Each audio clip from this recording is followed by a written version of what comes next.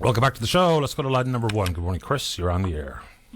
Good morning, Paddy. How are you? Not too bad, thanks. How about you? Oh, I'm doing okay. We got a beautiful day here on the West Coast. If other for the threat of ammonia being pumped into the groundwater. Let's talk about it. So I see a tweet about these related matters quite frequently. So what's in play on the West Coast? Right. So there's a company named Vortex Energy, which as an advisor and a shareholder has Senator George Fury on board.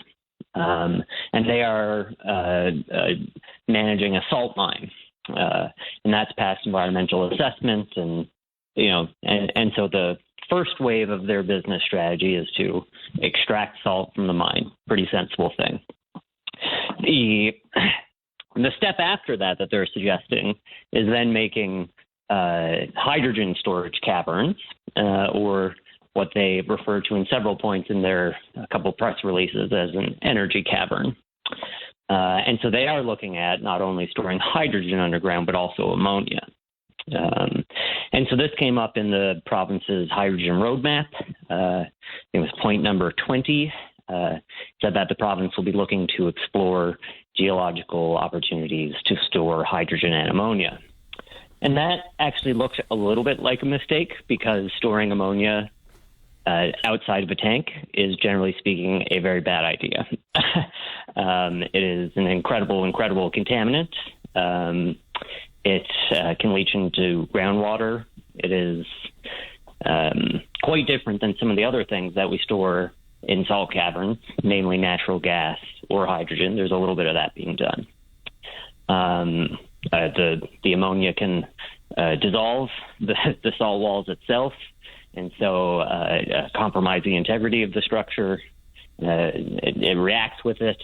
And so, the short answer is that is not a way that any industry anywhere is storing ammonia, because it is a very bad idea.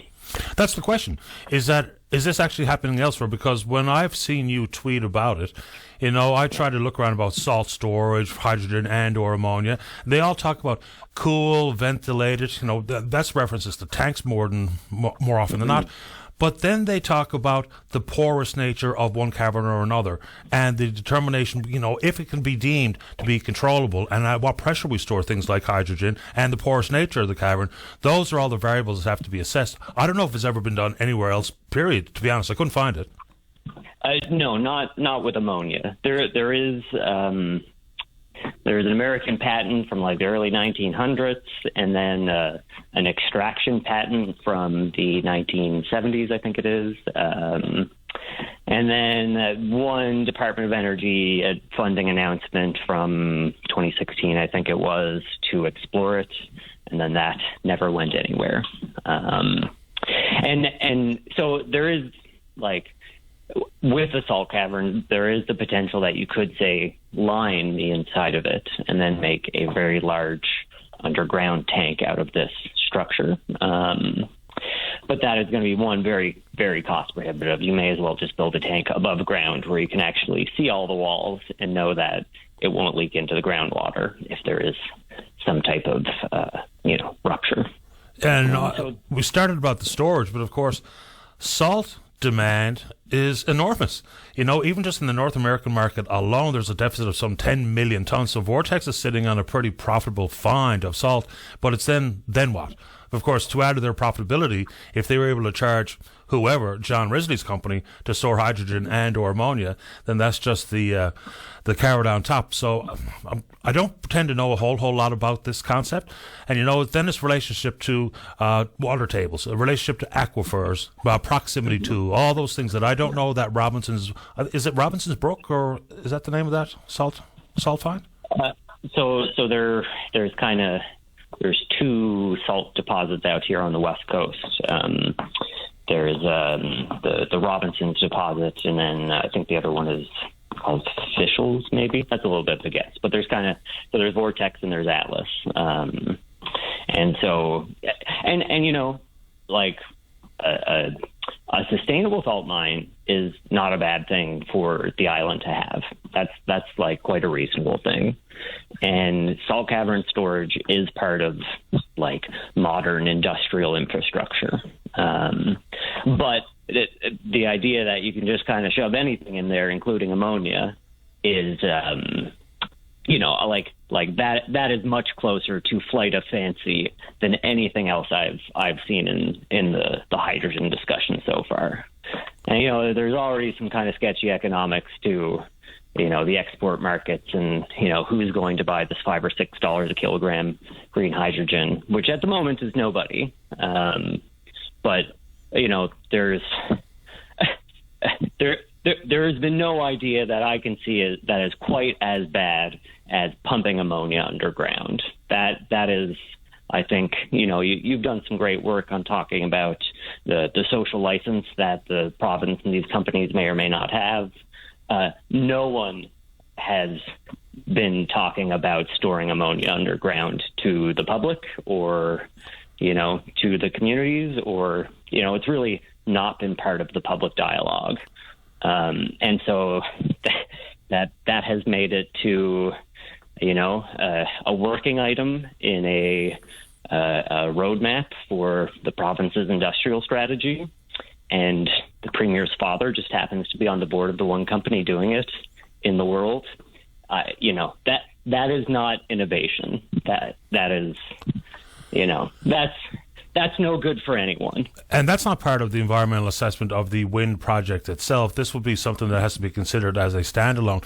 I don't even know if there's a real need to store the ammonia in these particular salt caverns or anywhere else.